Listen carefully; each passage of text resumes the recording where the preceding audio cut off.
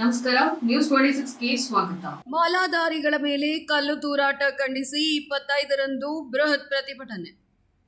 ಓಂ ಶಕ್ತಿ ಮತ್ತು ಅಯ್ಯಪ್ಪ ಸ್ವಾಮಿ ಮಾಲಾಧಾರಿಗಳ ಮೇಲೆ ಕಲ್ಲು ತೂರಾಟ ಸೇರಿ ಚಾಮರಾಜಪೇಟೆ ವಿಧಾನಸಭಾ ಕ್ಷೇತ್ರದಲ್ಲಿ ಹಿಂದೂಗಳ ಮೇಲೆ ನಡೆಯುತ್ತಿರುವ ದೌರ್ಜನ್ಯವನ್ನು ಖಂಡಿಸಿ ಜನವರಿ 25ರಂದು ಸ್ವಾತಂತ್ರ್ಯ ಉದ್ಯಾನವನ, ಶ್ರೀರಾಮ ಸೇನೆ ಸೇರಿದಂತೆ ಹಿಂದೂ ಪರ ಸಂಘಟನೆಗಳಿಂದ ಬೃಹತ್ ಪ್ರತಿಭಟನೆ ನಡೆಸುವುದಾಗಿ ಶ್ರೀರಾಮ ಸೇನೆ ಸಂಸ್ಥಾಪಕ ಅಧ್ಯಕ್ಷ ಪ್ರಮೋದ್ ಮುತಾಲಿಕ್ ತಿಳಿಸಿದ್ದಾರೆ.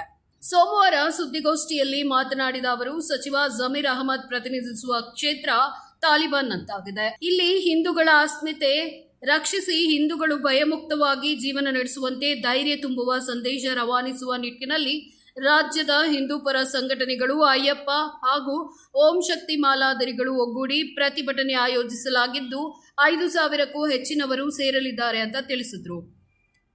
ಜನವರಿ 4ರಂದು ಓಂ ಶಕ್ತಿ ಮಾಲಾಧಾರಿಗಳ ಮೇಲೆ ಕಲ್ಲು ತೂರಾಟ ನಡೆಸಿದ್ದು ಖಂಡನೀಯ. ಅಲ್ಲಿ ಬಾಬು ಜಗಜೀವನ್ ರಾಮ್ ಪುತ್ಥಳಿ ನಿರ್ಮಾಣಕ್ಕೂ ಅಡ್ಡಿಪಡಿಸಲಾಗ್ತಿದೆ ಎಂಬ ಮಾಹಿತಿ ಇದೆ. ಜೊತೆಗೆ ಹಿಂದೂಗಳ ದೇವಸ್ಥಾನಗಳ ಸನಿಹವೇ ಮಾಂಸದ ಅಂಗಡಿಗಳನ್ನು ನಿರ್ಮಿಸಲು ಅನುಮತಿ ನೀಡಲಾಗ್ತಿದೆ. ಅಲ್ಲಿ ಹಿಂದೂಗಳ ಪರಿಸ್ಥಿತಿ ಬಾಂಗ್ಲಾ ಹಿಂದೂಗಳಂತೆ ಹೀನವಾಗಿದೆ ಅಂತ ಆಕ್ರೋಶವನ್ನು ವ್ಯಕ್ತಪಡಿಸಿದರು. ಸುದ್ದಿಗೋಷ್ಠಿಯಲ್ಲಿ ಹಿಂದೂ ಜನಜಾಗೃತಿ ವೇದಿಕೆ ಮುಖಂಡ ಮೋಹನ್ ಗೌಡ, ಚಾಮರಾಜಪೇಟೆ ಓಂ ಶಕ್ತಿ ಮತ್ತು ಅಯ್ಯಪ್ಪ ಸ್ವಾಮಿ ಮಾಲಾಧಾರಿಗಳ ಸಂಘದ ಅಧ್ಯಕ್ಷ ಶಶಿಕುಮಾರ್ ಹೀಗೆ ಹಲವಾರು ಗಣ್ಯರು ಉಪಸ್ಥಿತರಿದ್ದರು. ಏಕಾಏಕಿ ಕಲ್ಲು ತೂರಾಟ ಪ್ರಾರಂಭ ಆಯಿತು. 3 ಜನ ಮಹಿಳೆಯರಿಗೆ ಏಟಾಗಿದೆ ಮತ್ತು ಇಡೀ ಆ ವಾತಾವರಣ ಭಯಗ್ರಸ್ತ ವಾತಾವರಣ ನಿರ್ಮಾಣ ಆಯಿತು.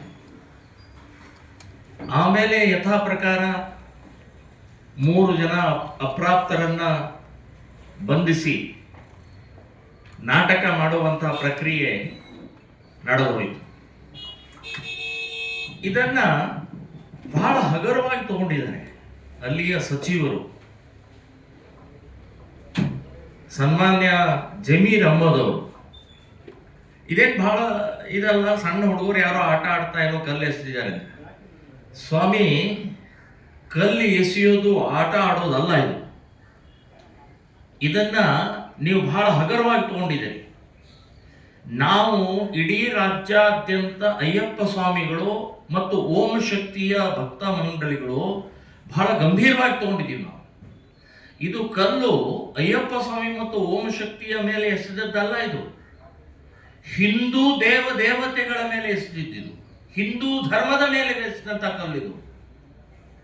ನಾಸ್ತಿಕವಾದಿಗಳಿದ್ದಾರೆ, ಅಲ್ಲಾ ಒಬ್ಬನೇ ದೇವರು, ಉಳಿದವರು ಯಾರೂ ದೇವರು ಇರಬಾರದು ಅನ್ನುವಂಥ ಮಾನಸಿಕತೆ ಇರುವಂತವರಿಂದ ಹಲ್ಲೆ ಆಗಿದೆ.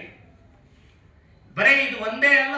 ಇದಾಗಿತ್ತು ಟುಡೇ ನ್ಯೂಸ್ ಅಪ್ಡೇಟ್ಸ್. ಇನ್ನಷ್ಟು ಸುದ್ದಿಗಾಗಿ ನೋಡ್ತಾ ಇರಿ ನ್ಯೂಸ್ 26 ಕನ್ನಡ. ನಾವು ನಿಮ್ಮೊಂದಿಗೆ.